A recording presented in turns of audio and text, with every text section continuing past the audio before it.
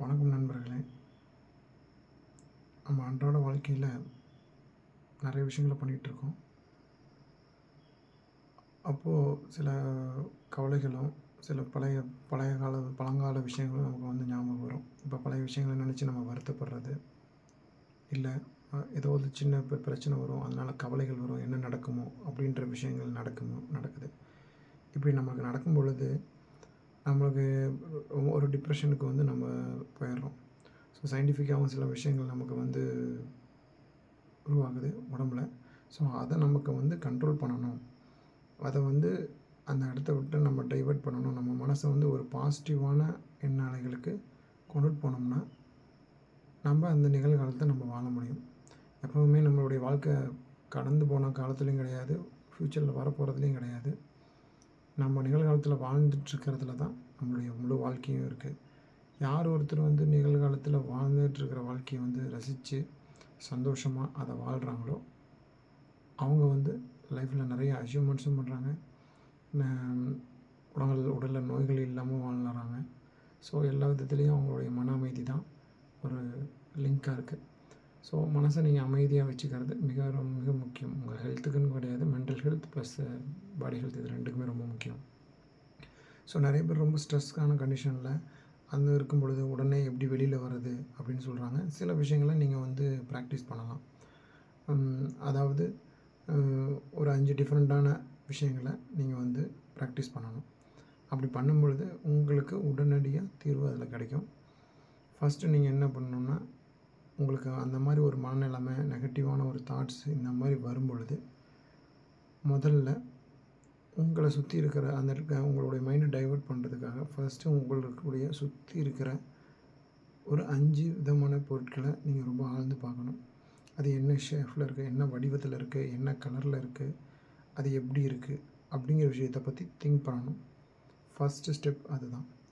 அதுக்கு அடுத்தது நீங்கள் 2வது ஸ்டெப் என்ன பண்ணணும் அப்படின்னா, கேட்கணும்.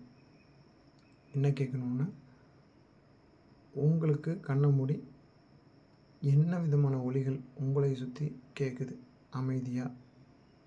அது வந்து ஒரு கடிகாரம் சுற்றுற மாதிரி விஷயங்களாக இருக்கலாம், இல்லை நீங்கள் வந்து ஒரு இடத்துல வரும்போது ஏதாவது பறவைகளோட சத்தமாக இருக்கலாம், இல்லை சைடில் ஏதாவது தண்ணி போயிட்டுருந்துச்சுன்னா அந்த தண்ணியோட சத்தமாக இருக்கலாம். ஸோ நீங்கள் வந்து அந்த மாதிரி விஷயங்களை நீங்கள் வந்து ஃபஸ்ட்டு கேட்கணும்.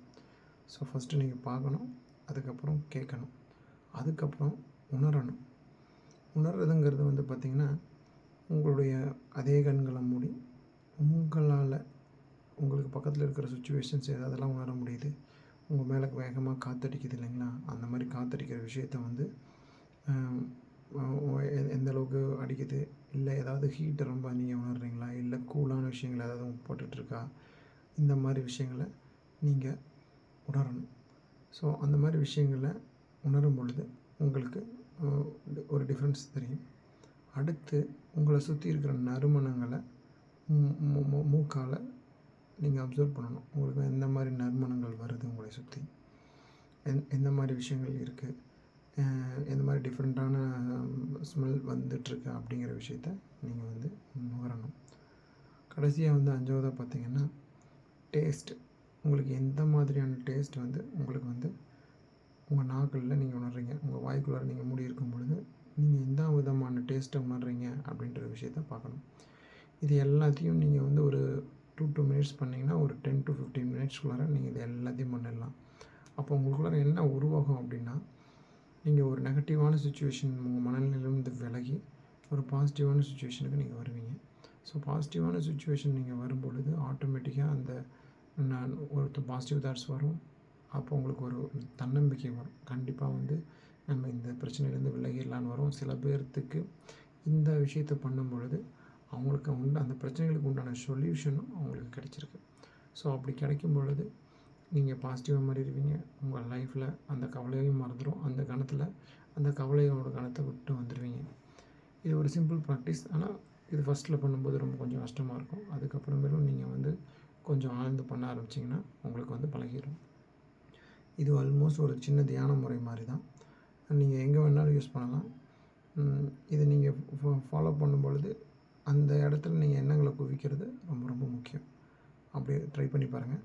ட்ரை பண்ணி பார்த்துட்டு உங்களுடைய பாசிட்டிவான கமெண்ட்ஸை ஷேர் பண்ணுங்கள். தேங்க்யூ.